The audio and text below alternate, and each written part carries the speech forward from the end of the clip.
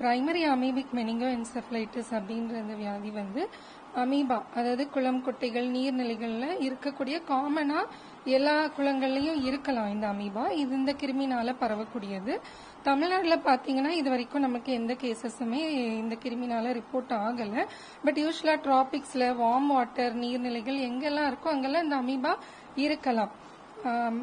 இந்த அமீபா வந்து எப்படி மேனிஃபெஸ்ட் ஆகும்னு பாத்தீங்கன்னா, யூஸ்வலா நம்ம வந்து ஒரு நீர்நிலைகள்ல குளிக்கவோ இல்ல நீந்தவோ போறோம். ஃபார் எக்ஸாம்பிள் குளம், குட்டைகள் மட்டும் கிடையாது, நம்ம ஹோட்டல்ஸ்ல இருக்கிற ஸ்விம்மிங் பூல்ஸ், அப்புறம் ரெக்ரியேஷனல் ஏரியாஸ்ல இருக்கக்கூடிய நீர்நிலைகள், இதுல எல்லாம் விளையாடி முடிச்சிட்டு வெளியில வந்து ஒரு 5 to 9 daysல சிம்டம்ஸ் டெவலப் ஆகலாம். சிம்டம்ஸ் யூஸ்வலா ஃபீவர், தலைவலி, வாந்தி இந்த மாதிரி தான் ஸ்டார்ட் ஆகும். ஸோ முதல் 5 நாட்கள் காய்ச்சல், தலைவலி, வாந்தி இந்த சிம்டம்ஸ் இருக்கும். அதுக்கப்புறம் ஸ்லோவா கன்ஃபியூஷன், ரொம்ப தூங்கிட்டே இருப்பாங்க குழந்தைகள், நெக் ரிஜிடிட்டி அப்படின்னு சொல்லுவோம்.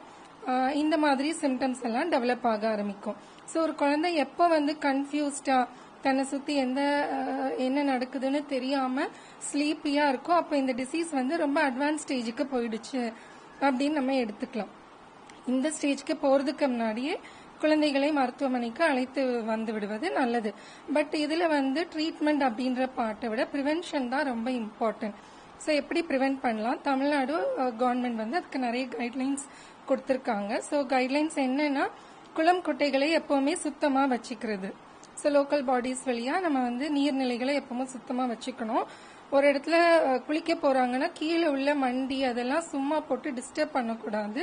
ஸோ அதுலதான் மோஸ்டா இந்த அமீபாஸ்லாம் டுவெல் ஆகும். ஸோ அதை டிஸ்டர்ப் பண்ணிட்டு குளிக்கும் போது இந்த மாதிரி இன்ஃபெக்ட் ஆகிறதுக்கு வாய்ப்புகள் அதிகமா இருக்கு. அதே மாதிரி ஹோட்டல்ஸ், ரெக்ரியேஷனல் ஏரியாஸ் இங்க போய் குளிக்கும் போது குளோரினேட்டட் வாட்டரா இருக்கா அப்படின்றது நம்ம வந்து கன்ஃபார்ம் பண்ணிக்கணும்.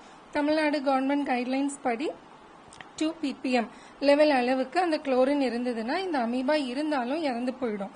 ஸோ குளோரினேட்டட் வாட்டர் இருக்கிற இடங்கள்ல மட்டுமே நம்ம கொஞ்சம் குளிச்சுக்கலாம், அது சேஃப்டியா இருக்கும். நான் குளோரினேட்டட் பூல்ஸ் அதுல எல்லாம் குழந்தைகளை குளிக்க விடுவது நல்லது கிடையாது, even in recreational areas. So இந்த பிரைமரி அமீபிக் மெனிங்கோஎன்செஃபலைட்டிஸ் வந்து டிராபிக்ஸ்ல வார்ம் வாட்டர் இருக்கக்கூடிய எல்லா இடங்கள்லயும், கேரளால மட்டும் கிடையாது, எங்கெல்லாம் டிராபிக்கல் ரீஜன் இருக்கோ, வார்மா குளம், குட்டைகள் எங்கெல்லாம் இருக்கோ அங்க எல்லாமே இந்த அமீபா இருக்கலாம். ஸோ இந்த இடங்கள்ல எல்லாருமே சில ஸ்டெப்ஸ் வந்து நம்ம ஃபாலோ பண்ணிக்கிடணும். ஸோ குளிக்கும் போது, குளம், குட்டைகள்ல குளிக்கும் போது நோஸ் கிளிப்ஸ் இல்லைன்னா நோஸ் மாஸ்க் அந்த மாதிரி போட்டுக்கலாம். அப்ப நம்ம டைவ் பண்ணும் போதோ இல்ல குதிக்கும் போதோ தண்ணி வந்து ஃபோர்ஸ்ஃபுல்லா மூக்குல ஏறாது. அப்படி ஏறாத பட்சத்துல நரம்பு மண்டலம் வழியா மூளைக்கு பரவுற ரிஸ்க் வந்து நம்ம அறவே தடுத்துடலாம்.